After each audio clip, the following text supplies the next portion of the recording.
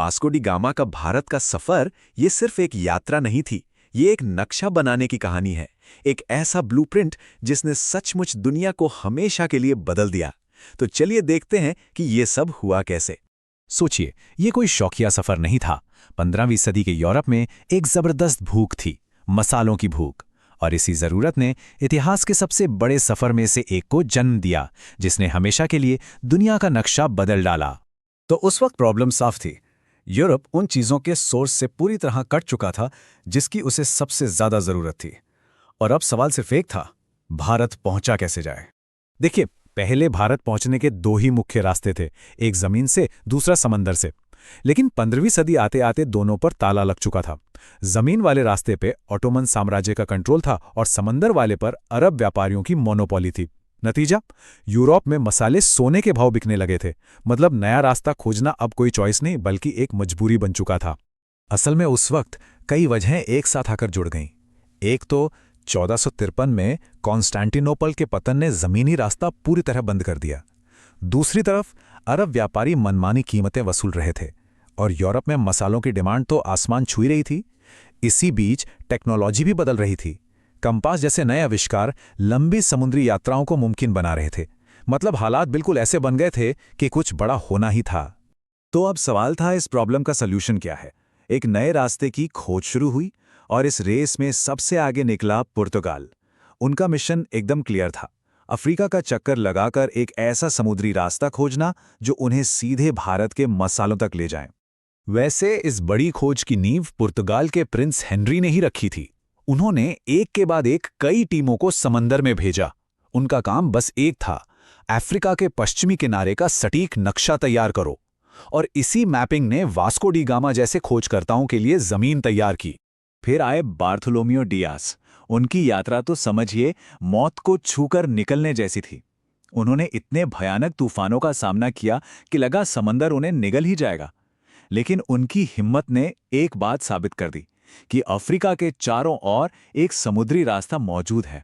हाँ, खतरनाक बहुत है, पर नामुमकिन नहीं। दियाज ने उस जगह का नाम रखा केप ऑफ स्टॉर्म्स, मतलब तूफानों का घर। नाम से ही अंदाजा हो जाता है कि वो जगह कितनी जानलेवा रही होगी। लेकिन पुर्तगाल के राजा को यह नाम पसंद नहीं आया। उन्होंने इसका नाम बदलकर रख दिया केप ऑफ गुड होप, यानी उम्मीद का किनारा। ये एक बहुत बड़ी मार्केटिंग स्ट्रैटेजी थी। समझिए, डर की जगह उम्मीद को बेचना। और मैसेज एकदम क्लियर था, भारत अब पहुंच में है। तो अब वास्को डी गामा का फाइनल ब्लूप्रिंट तैयार था। पहला स्टेप, लिस्बन से 4 जहाजों के साथ निकलो। दूसरा स्टेप, उस तूफानी केप ऑफ गुड होप को पार करो। तीसरा, पूर्वी अफ्रीका के पोर्ट्स पर रुको, जानकारी जुटाओ। और फाइनल स्टेप, वहां से एक लोकल पायलट को हायर करो और सीधे हिंद महासागर पार करके पहुंच जाओ इंडिया, कालीकट। और आखिरकार 10 महीने से भी ज्यादा के मुश्किल सफर के बाद वो दिन आ ही गया। वो अपनी मंजिल पर थे और यहां से कहानी एक नया मोड़ लेने वाली थी। तो जमोरिन कौन थे? जमोरिन असल में कालीकट के हिंदू राजा का टाइटल था और उनका पूरा साम्राज्य, उनकी दौलत और ताकत, सब कुछ मसालों के व्यापार पर ही टिकी थी। तो जमोरिन ने जब डी गामा को देखा तो उन्होंने स्वागत किया। क्यों? क्योंकि उन्हें लगा कि ये कोई नए व्यापारी हैं, नए कस्टमर्स हैं। इनके आने से अरब ट्रेडर्स की मोनोपोली टूटेगी और उनका अपना फायदा होगा। लेकिन फिर एक बहुत बड़ी कल्चरल गलती हो गई। डी गामा जमोरिन के लिए तोहफे लेकर गए थे, कुछ ऊनी टोपियां, पीतल के बर्तन। अब जरा सोचिए, जो राजा सोने और रेशम में खेलता हो, उसके लिए ये तोहफे क्या थे? मजाक। पूरे दरबार में लोग हंसने लगे।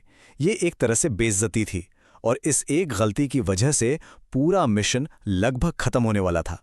खैर, जैसे तैसे डी गामा थोड़े बहुत मसाले लेकर वापस पुर्तगाल तो पहुंच गए। लेकिन इस एक सफर का जो नतीजा निकला, उसने दुनिया को हिलाकर रख दिया। पर यह कामयाबी मुफ्त में नहीं मिली। इसकी एक बहुत बड़ी कीमत चुकानी पड़ी।